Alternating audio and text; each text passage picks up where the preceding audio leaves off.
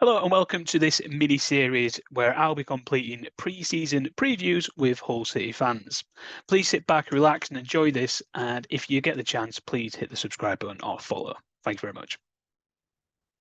Hi everyone and welcome to another in the mini-series of pre-season preview. Tonight I'm joined with Ant Northgraves, founder of Hull and Back podcast. How are you doing, Ant? You all right? Yeah, I'm all right, mate. You? Yeah, not too bad, not too bad. It's been a long time since me and you have been on the same podcast together, hasn't It has indeed. Years, it? probably. Yeah, I think to be fair, it's been a couple of years. Obviously, I know your name, so I'm not going to ask what your name is. But what stand are you sitting on? This season, I'm back in the East Stand with a membership. Nice, nice. Yeah, 'cause I think I saw a couple of posts last year where he was dotted around West Stand, etc. Taking your little girl. Is that right?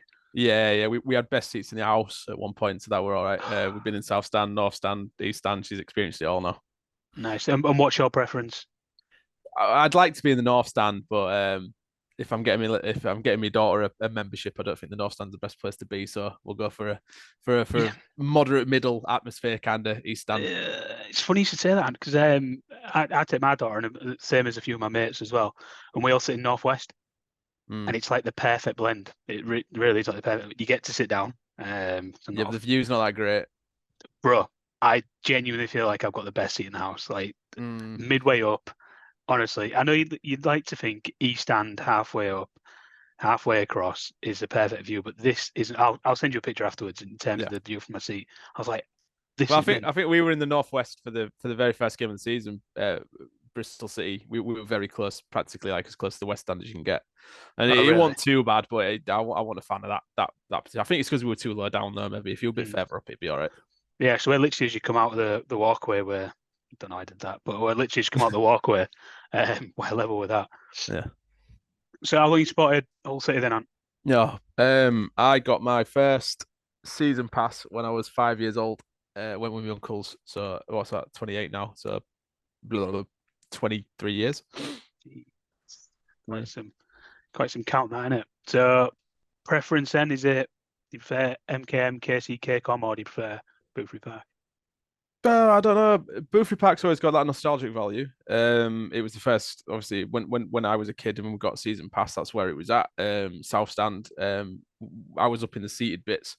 My uncles used to go stand in the bottom tier because the bottom tier was stud, on it, and I used to go down with them, but I couldn't see a thing because I was like knee high to a dwarf. So, yeah, like I said, Boothby's got that nostalgic feel to it. It's a proper old traditional ground in it, but the MKM just seems it's not as soulless a bowl as some others that you see. Mm. But I like the MKM. It does its job, I'm doesn't it? I'm glad I remembered to call it the MKM because it's so easy to call it the KC or the KCOM in it because it's Yeah, just yeah. we know what we know. So that's kind of enough about you right now. But I want to ask a couple of quick fire questions. I've got a couple written down here which I think will be um, juicy, hopefully. Yeah. So number one, which fixture are you most looking forward to? Ah. I'm really looking forward to Chef Wednesday, the first game, the first home game of the season. Uh, That's a belter for us, isn't it? yeah, it's a very good opening home game, 12th especially in it. against the Wendy's. Yeah. Yeah, nice. But you've got to look forward to Leeds, haven't you? That's got to be the one. Leads away. But well, if Leeds away bring the prices down, then yeah. What a But joke. I know 47, 58 quid it cost me to take my 5-year-old daughter there. If just for tickets, and Crazy. that's not taking into account travel, food, everything that you get with it. It'd probably be like 150 quid there. I don't think I really want to go to Leeds away to watch Caldalo keep a clean sheet either. No, So but you could go to Leeds away and watch us score two past Caldalo. So yeah, I like the guy. I don't want to see him concede. I like him. he was only here for 6 months. You shouldn't fall in love with a let alone player. I know that much. Yeah. Yeah, fair enough. So past or present, favorite Hull City player? Do you know what? As a kid, I idolized Theo Whitmore. He was just it was the first name I ever got on the back of my shirt. He was far too good for that level of football that we were at. Kind of similar to how like when we had Nick Barmby in League One. Yeah. Like that player is far higher than the standard of football that he's Mm. currently at. But um, I think the JJ Kocher nostalgia. Championship, same Yeah, thing. yeah. He was. I mean, he was probably 43 when we had him. He probably lied about his age. Um, a Kocher as a kid, but getting into my teenage and thing years, it'd be it'd have to be Dino. It'd just have You to know. be. Yeah, I just think that because I remembered the stories of him from my Mm. uncles in the '90s when he played for us before, and obviously I didn't see that because I was too young and or not born at that point, and then obviously he came back and saved us. Then he saved us, sent Leeds down, and then got us up to the Premier League, and it was a fairy tale It was story, great. wasn't it? You just can't not love the guy.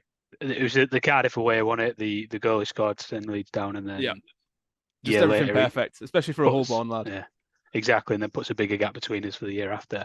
Yeah. So you can't use the same answer for this one, but if you could bring back any player from the past to the current squad, who would it be? Oh, Andy Robertson, because we just desperately need a left back, don't we? It's a great shout. It's a Yeah, I great mean, shout. you just got to think about the current standard of the squad. If you had an Andy Robertson in this current squad, I think it solves a lot of our current Not problems. not Andy Dawson. Yeah, Dawson was great, but I know, Robertson was a better player, wasn't he? Let's be honest. no, it's funny because I had a similar sort of thing with Eddie the other night when I was talking to him about the player he said he'd like to bring back was Carl Dowler. And I was like, that makes sense. And then was talking about keeping. I was like, when you compare like him to Buzz Myhill, I think Darlow in today's game is a better goalkeeper than what Buzz Myhill was in the game back then. Yeah, I mean, the If thing that is, makes sense. yeah, there's a difference when a player has done so much for your club, but then obviously having better standard of player that Mm. went here for as long. And yes, Darlow probably is an all round better. Well, I mean, I don't know. My made some. I mean, that Tottenham away display where we drew Yeah, 0-0 and he faced about 19 shots or something and somehow managed to save them all. I mean, he was a very good goalkeeper, but he probably didn't have the same distribution level as Cal Darlow. So I don't know. It's Mile and Darlow is a close one, but I think Dawson but was, obviously is was very good player, but Robertson was just levels above one. which game was it where he just booted it out for a corner? It When was he was getting Stoke. pressed. It was Stoke Yeah, because he didn't want to Roy give him a Delap. throw in. Yeah, Yeah. yeah, I remember that. So I've got my checkbook out, Hmm. and I'm going to write you a check. How much do I have to write for you to wear a lead shirt? Oh God. Probably not that much at the minute, to be honest, mate.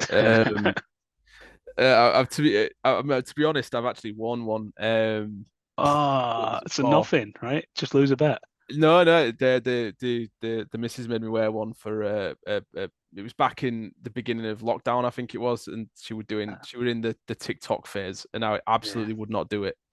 But she said she'd get me the new. There was a game coming out at the time. I think it was Spider-Man.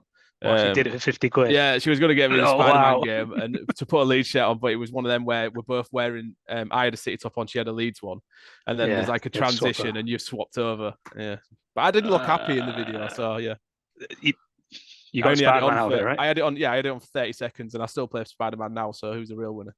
So to put it into context, Rian, I've had a 10 million and a 3 million, and you've proper lowered the bar there by going to £50 or a new PS5 game, They're whatever it was. lying. Whoever said they'd do it for millions is lying. If someone offered them 50 200 quid to put a lead shot on, they'd do it in a heartbeat. I said to Lee Walker, I was like, okay, I'll bump into you in the middle of town, right? I've got a lead shirt in hand and I've got 250k.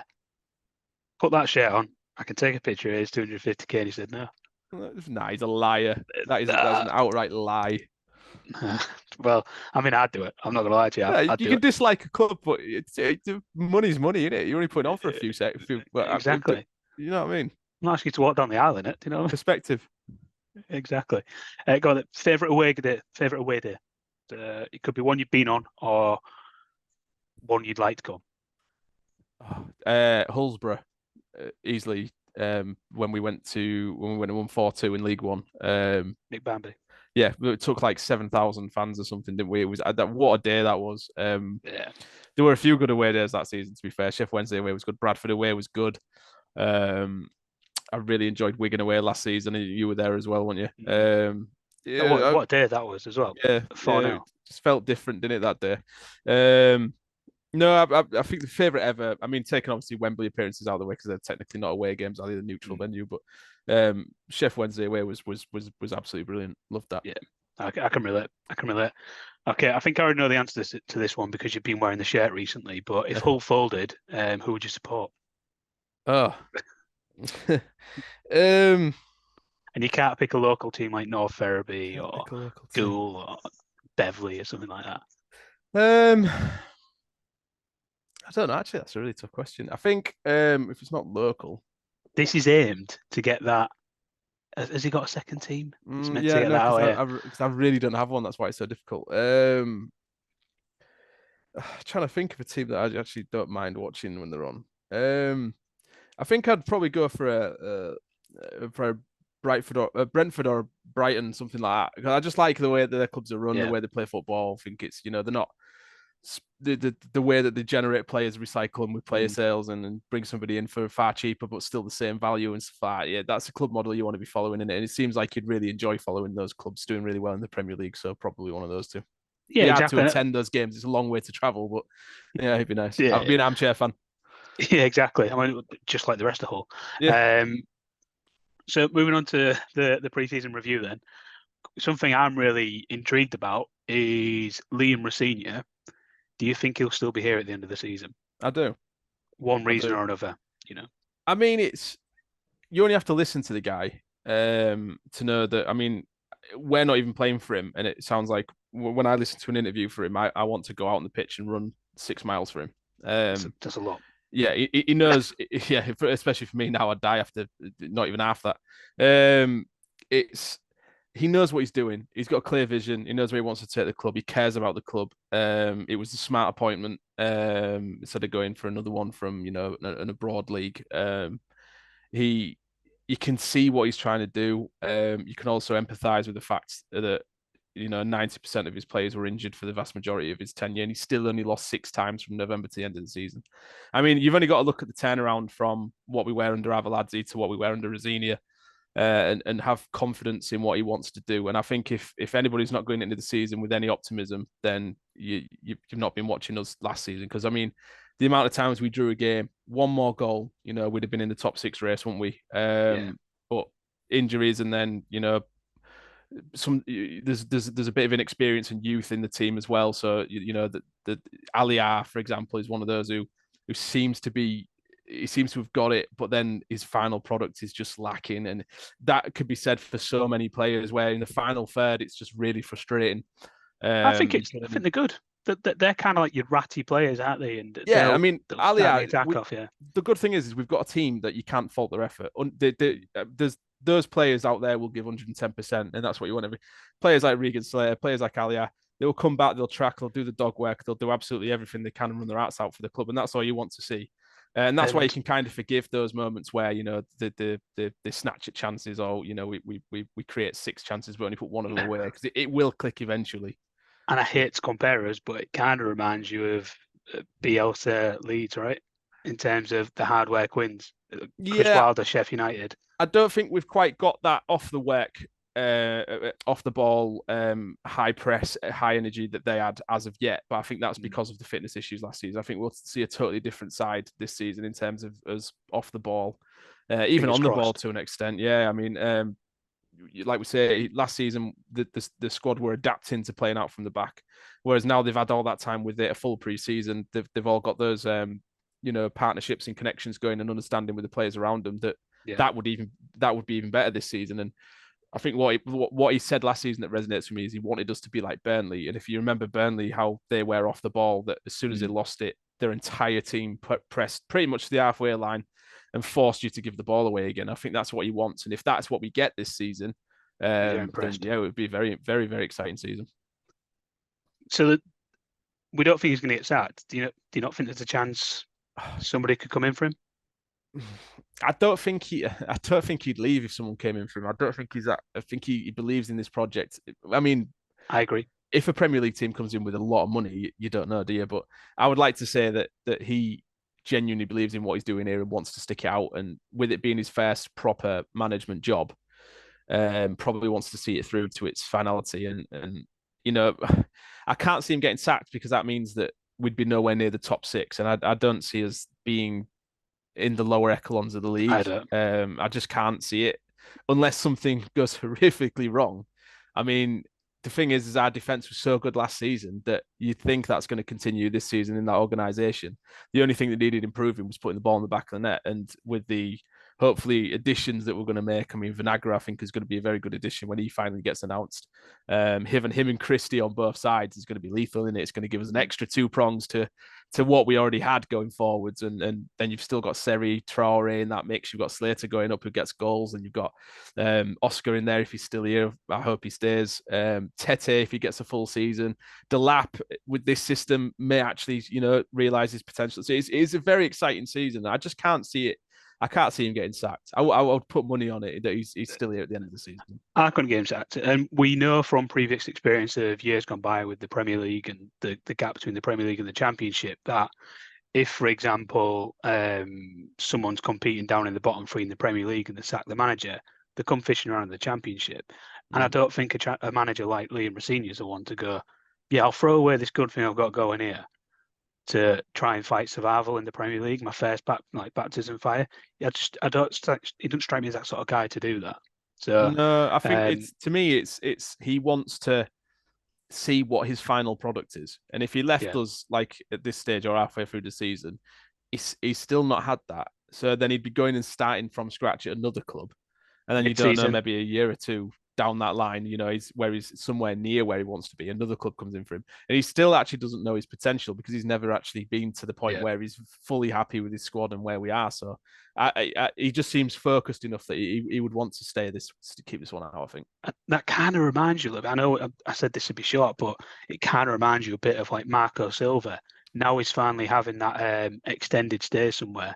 You're seeing the quality that he can bring, because you saw him bounce around from us to Watford, was it? Or from us to Everton and Watford, or whatever order it was in. And now he's finally got his resting place at Fulham, and it looks good. He's got the players, he's got the funds, and he's got the backing. So you'd like to think that'd be a similar sort of thing. Next question: Who do you think will be player of the season? Not a ball's been kicked yet.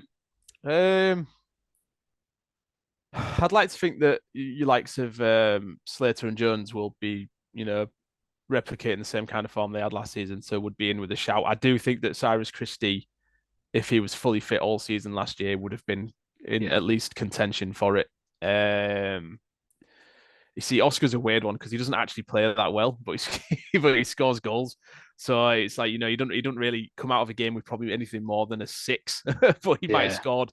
Well, then again, in his preseason, he has seemed to improve on a bit of his game, but I still don't think he'll be quite there. But I'll probably go on a whim and say I think Maka with a full season. I think give him a full season at the back and showing how good he can be, how good we know he can be. He'd be my preseason prediction. I think Big Maka. I've had two votes for Maka so far. Top scorer then? For us, not the league. If he stays, Oscar, for obvious reasons. But I do think that I think Tete has the ability to get a few this season. I think he's a bit of a wild card in that sense. And Tufan, if it depends on what role they play him. I like him as that second. Regan's back in pre-season. Regan could be there. I don't think he'll be double figures. He still hasn't scored at home, has he? Which is weird. Yeah, it's still time. But Regan will get 5 to 10. But you'd like to think that someone like Oscar would be, double figures at least. I mean, I think if Oscar didn't have his injury and his suspension and whatnot, he'd been close to 20 goals last season. But probably, yeah, I'd say Oscar is a safe bet. So, who will be our biggest home win and our biggest away win? I think we'll hammer Rotherham this year. Fingers crossed. Yeah, fingers crossed. I think they'll be our biggest home, biggest away. To be fair, we usually score quite a few at Rotherham, don't we? I'd like to. There's no Tom Eaves now. No, there's no Tom Eaves now. I think Plymouth. I think we'll go to Plymouth and score a few. I think we'll end on a high. Yeah. I think last game of the season. Plymouth. Wow. Okay. What a treat that would be for everybody who makes that trip. It'd definitely be worth it. Go on. Then last question. Then, where do you think we'll finish? Oh, so let me rephrase that. Where do you want to finish, and where do you think we'll finish? I think obviously the aim would be top 6, wouldn't it? But there's going to be 16, 17 other teams in the league saying the same thing. But I do think that this squad is capable of doing that. Whether or not the players can stay fit to see it through is another story. I think we'll be in the mix till the end of the season, but fall just short. I think we'll be about 8th or 9th, something like that. Okay. Okay, that's fair. I think that's fair. I've said it to everyone. As long as we improve on last year, we're heading in the right direction, aren't we? So Yeah. that's the main thing. But no, it's been an absolute pleasure to have you on. I know I've held you off from going on a different podcast, so Yeah, I know I'm busy man appreciate tonight. appreciate your time. Thanks for listening, everybody who's tuned in. And if you are listening, then please do hit follow or subscribe, whatever channel you're on. Much appreciated. Cheers, mate. Cheers, mate. All the best.